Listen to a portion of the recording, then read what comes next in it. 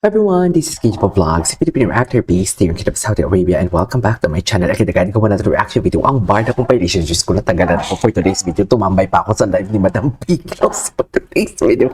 So yeah, one second longer, let's start this reaction video, di ba? Kahapon, ayan, baka sabihin na naman na, may bago palang chismis ngayon. Actually, kay Madam Pickles ko to narinig, pero nakita ko na to, nabasa ko na to sa comment section na may non-showbiz daw si David na Chinese for today's video. Ito ha, contradicting. If I'm not mistaken, hindi ko alam, sa Maritas University nang galing yung Chinese na girlfriend, di ba, na matagal na non-showbiz. Very contradicting. So kung believe na believe tong si Jim Panot for today's video, believe na believe siya dito kay Madam kay University, kay Maritas University.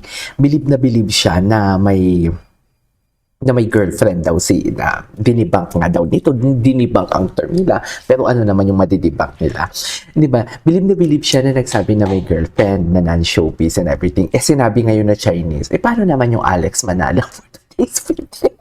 Ang ending yan, silang mag-away-away.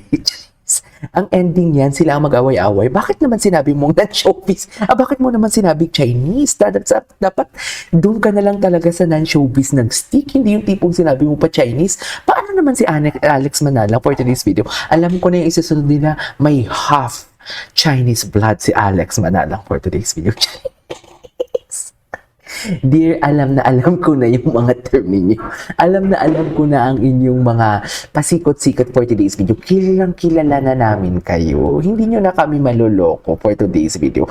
Wala na kayong maloloko, sa totoo lang. Hindi nyo na kami maloloko. Kaya sinasabi ko sa inyo, dear, sinasabi ko talaga sa inyo, kung may dapat man kayong paniwalaan, yun yung tipong tikom ang bibig, katulad ko. Kasi wala kayong alam, hinihintay ko nga yung bisita iglesia na naganap for today's video. Bakit wala sila? Akala ko ba marami kayong source? Pero feeling ko alam nila eh. Feeling ko alam nila. It's just that hindi lang talaga nila maipakita o hindi lang talaga nila maipalabas yon. Kasi syempre siguro contradicting yun sa story nila. Pero for sure alam nila yon. Rest assured, alam na alam nila yon. Imposibleng hindi nila alam yon. Imposibleng hindi nila alam yon. Imposibleng wala silang source na pinapunta doon or sadyang wala talaga silang source na paano ba? Hindi pinapunta o wala sila talagang source within the vicinity ng kung sino man ang dikit sa barda or kung sino man ang malapit sa barda o kena barda. Ganun lang yon. Kasi hinihintay ko talaga. Kahapon pa ako nag-check ng channel niya. Chinese.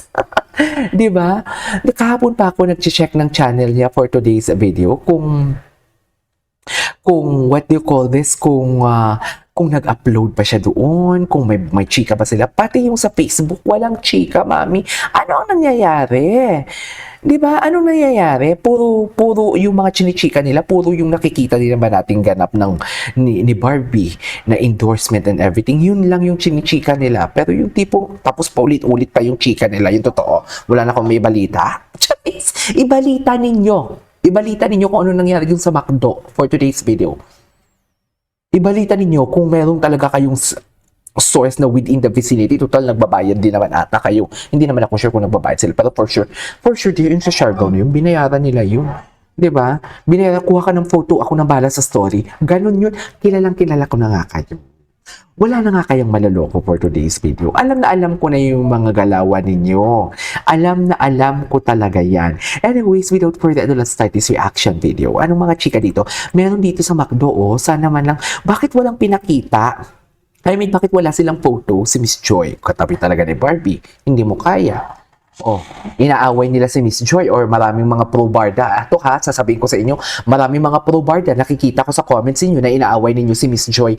Ito na ngayon sinasabi ko na bakit yung inaaway si Miss Joy? Nagtatrabaho lang yun. Tsaka dear, mahiya naman kayo. Isa yun sa mga executive ng Sparkle, May posisyon yan sa GMA, Siyempre may posisyon sa GMA kasi GMA is under of Sparkle, di ba? Sparkle is under of GMA, di ba? Nahiya naman kayo. Huwag naman kung judgment kayo, kung judge monster kayo, huwag namang isagad-sagad ang pagka-judge monster nyo for today's video. Diba? Dito na lang tayo sa photo ni Ginoo. Ayan, no? Ay, asa na yun? Bakit wala dito yung photo ni Ginoo? Yung kita yung jawline niya for today's video. May pinakita siya dito yung jawline niya for today's video eh. Di ba? Di ba? May nami-miss nga naman talaga siya for today's video. Chares! May nami-miss talaga siya. Ngayon sabihin niyo sa akin coins, ano lang yan? Sabihin niyo sa akin hindi nila yan sinasadya for today's video. Chares! Sabihin, ay bakit ang laki naman for today's video? Super laki. Super laki na naman. O yung manda kayo sa akin na bumili na ako ng bagong laptop for today's video para atake na tayo kung atake.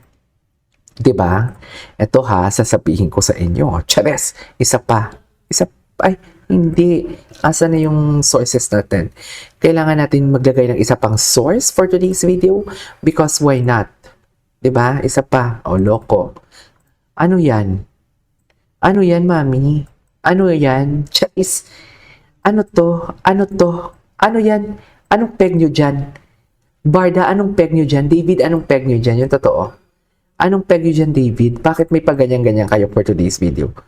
Ano ang peg nyo dyan? Aber,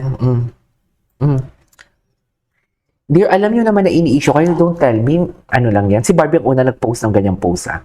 Don't tell me, ano lang yan, ha? Don't tell me, ano lang yan. Coincidence lang yung nangyari na yan. Ano? Talaga ba? Sa daming post, Ginoo? Sa daming post, yan talagang ipopost mo for today's video? Charis! Sabi ko sa inyo, sila-sila na din nga mismo gumagalo ng baso. Beer, imposibleng, sabi, nagpapahiwatig ang Ginoo kasi nga siguro dahil may bagong chismis na naman na Chinese for today's video. Ito ha, hindi porket sikat ang isang tao, hindi porket malaki ang following niya or ang followers niya, isasama ko na yung sarili ko, hindi porket malaki ang followers ko compare sa iba, sasabihin ko ha, tama na lahat ng mga sinasabi ng taong malaki ang followers, sikat ang followers na dear, hindi ganun yun. Dito na lang tayo mag-base.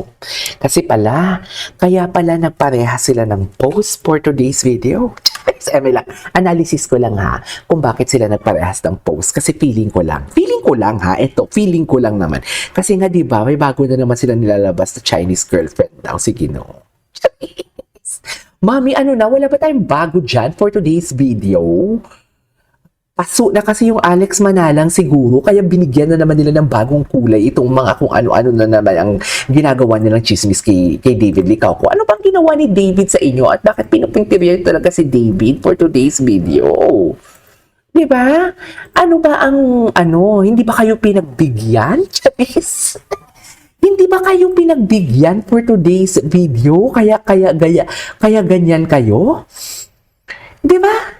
Hindi ba sila pinagbigyan ni Ginoo? Ano bang request nyo kay Ginoo na bakit G kayo kay Ginoo?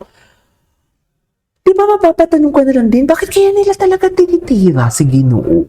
Mapapatanong ka na lang talaga, bakit ano kaya meron kay Ginoo? Bakit kaya tirang-tira talaga nila si Ginoo for today's video? Di ba? Parang mapapatanong ka na lang din talaga na bakit si Ginoo lang? Kasi dahil si Ginoo hindi sumasagot. Ganon.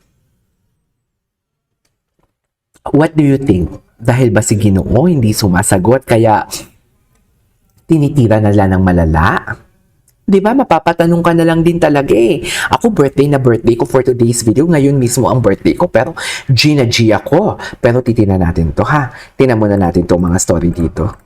Ay si Sarah, di mo kaya nagsalita na si Sarah. Din naman kasi ang mga pagnanakaw. Charis! Pagnanakaw sa Pilipinas for today's video, dapat yan yung nyo. Di ba nagbabalita na kayo ng Nagbabalita na sila ng ang mga fake news peddler natin for today. Bakit may ganito? Nagbabalita na yung mga fake news peddler natin about sa mga what do you call this, sa mga nangyayari dyan sa Pilipinas. Bakit hindi yung gawa ng alam mo, fake news peddler din kasi sila eh. Puta kasi Barbie, ang ganda ni Barbie. Ganda ni Barbie. Kay Ginoo lahat yan? Charis Pimpenko. Kay Ginoo lahat yan. Di ba? Ay, ito ano to? I am all the primera contrabida in Philippine showbiz. Okay. We are here with us. May vlog na ako. Ayun! Oh my God! Ano kulay ng... Medyo matare siya. Kahit yata sa totoong buhay, matare Wala siya. akong pakialam. Wala akong pakialam. If x is equal to puot raised to the power of y, and y is equal to pagbabalat kayo divided by the square root of z, and z is equal to level ng pagkauto-uto, the result is equal to... Okay. Ano to? Ay, ano to? Ay, lumabas na ba yung wish ko lang nila? Please comment down below kung lumabas na yung wish ko lang nila, dear, ha? Please comment down below. Hindi pa tayo nakapag-stock kay David Licapo, pero ilang minutes na, ay, ang ginawa natin. Tira natin ang ginawa natin. Ay, isang dekada ng husay at inspirasyon. Ay, talaga po, yung Glutalipo, parang gusto kong bumili ng Glutalipo. Diba? Kasi iba yung iniinom ko, pampapayat, nagpapawalang gana. Ay, ang gwapo naman ang ginoo natin. David Licapo, and Oh. ito na ang official music video ng I Think I Love You. Ang gwapo naman ang ginoo natin. Wanna feel your touch ni Bibi? Charis! Imagine si Barbie talaga yung kanyang music video. Charis! Dati hindi naman issue yan o hindi naman pinapansin yung mga ganyan na music video. Paano, Oren? Na-share na ba ng lahat for today's video? Wanna feel your touch?